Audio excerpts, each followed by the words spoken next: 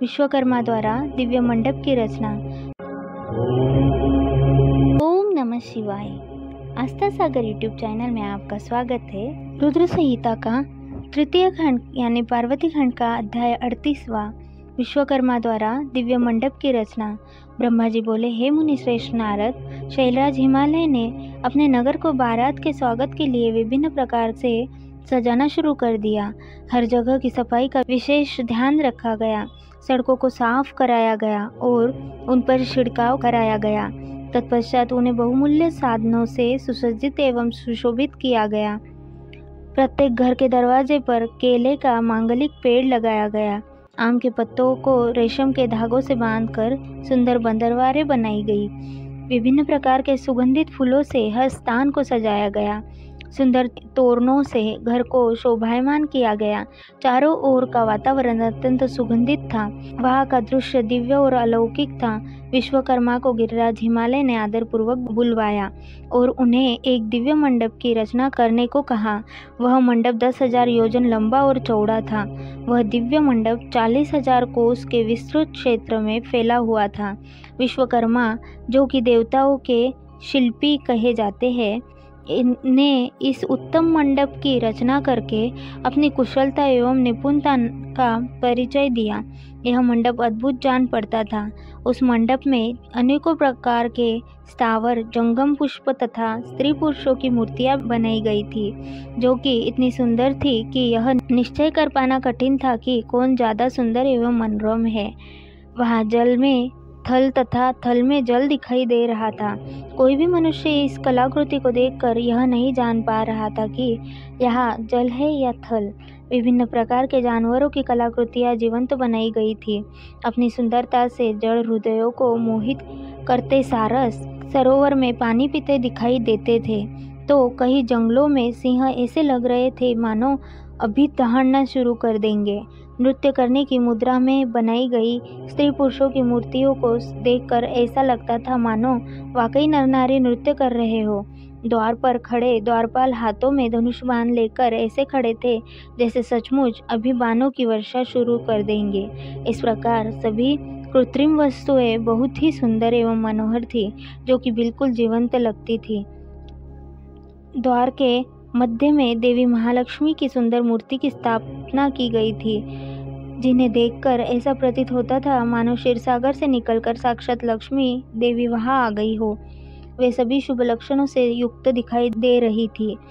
मंडप में विभिन्न स्थानों पर हाथियों की कलाकृतियां भी बनाई गई थी। कई स्थानों पर घोड़े घुड़सवारों सहित खड़े थे, तो कई सुंदर अद्भुत दिव्य रथ जिन पर सफेद अश्व जुते हुए थे।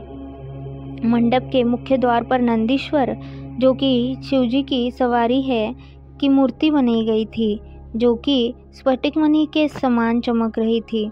उसके ऊपर दिव्य पुष्पक विमान की रचना की गई थी, जिसे पल्लवों और सफ़ेद चामरों से सजाया गया था।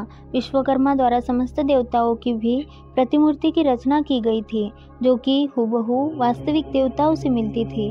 क्षीरसागर में निवास करने वाले श्री हरि विष्णु एवं उनके वाहन गरुड़ की रचना भी उस मंडप में की गई थी, जिसका स्वरूप साक्षात विष्णु जी जैसा ही था। इसी प्रकार विश्वकर्मा द्वारा जगत के सृष्टिकर्ता ब्रह्मा जी की भी प्रतिमा उनके पुत्रों और वेदों सहित बनाई गई थी। साथ ही वह प्रतिमा वैदिक सूक्तों का पाठ करती हुई दिखाई देती थी। स्वर्ग के राजा देवेंद्र अर्थात इंद्रदेव, उनके वाहन ऐरावत हाथी की मूर्तियां भी जीवंत थी। इस प्रकार विश्वकर्मा द्वारा बनाई गई सभी कलाकृतियां कला का अद्भुत नमूना थी, जो कि दिव्य एवं मनोरम थी, जिन्हें देखकर यह जान पाना अत्यंत मुश्किल ही नहीं नामुमकिन था कि वे असली है या फिर नकली। देवताओं के शिल्पी विश्वकर्मा द्वारा रचित यह दिव्य मंडप आश्चर्य से युक्त एवं सभी को मोहित कर लेने वाला था। तत्पश्चात शैलराज हिमालय की आज्ञा के अनुसार विश्वकर्मा ने देवताओं के रहने के लिए कृत्रिम लोकों का निर्माण किया, जो कि अद्भुत थे। साथ ही उनकी बैठने के लिए दिव्य सिंहासनों की भी रचना की गई। ब्रह्मा जी के रहने के लिए विश्वकर्मा ने सत्यलोक की रचना की, जो कि दीप्ति से प्रकाशित हो रहा था। तत्पश्चात श्री हरि विष्णु के लिए वैकुंठ का निर्माण किया गया। देवराज इंद्र के लिए समस्त ऐश्वर्य से संपन्न दिव्य स्वर्गलोक की रचना की गई। अन्य देवताओं के लिए भी उन्होंने सुंदर एवं अद्भुत भवनों की रचना की। देवताओं के शिल्पी विश्वकर्मा ने पलक झपकते ही इस अद्भुत कार्य को मूर्त रूप दे दिया। सभी देवताओं ने रहने हेतु उनके दिव्य लोकों जैसे कृत्रिम लोकों का निर्माण करने के पश्चात विश्वकर्मा ने भक्तवत्सल भगवान शिव के ठहरने हेतु एक सुंदर मनोरम एवं अद्भुत घर का निर्माण किया। यह भवन भगवान शिव के कैलाश स्थित धाम के अनुरूप ही था। यहाँ शिव चिन्ह शोभा पाता था। यह भवन परम उज्ज्वल दिव्य प्रभापुंज से सुशोभित, उत्तम और अद्भुत था। इस भवन की बहुत प्रशंसा की, यहाँ तक कि स्वयं भगवान शिव भी उसे देखकर आश्चर्यचकित हो गए और विश्वकर्मा की इन रचनाओं को उन्होंने बहुत सराहा। विश्वकर्मा की यह रचना अद्भुत थी। इस प्रकार जब सुंदर एवं दिव्य मनोरम मंडप की रचना हो गई और सभी देवताओं के ठहरने के लिए यथा योग्य लोकों का भी निर्माण कर दिया गया, तो शैलराज हिमालय ने विश्वकर्मा को बहुत बहुत धन्यवाद दिया। तत्पश्चात हिमालय प्रसन्नतापूर्वक भगवान शिव के शुभागमन की प्रतीक्षा करने लगे। हे नारद, इस प्रकार मैंने वहाँ का सारा वृत्तांत तुम्हें सुना दिया है। अब आप और क्या सुनना चाहते हैं? अध्याय 38वां समाप्त। ओम नमः शिवाय।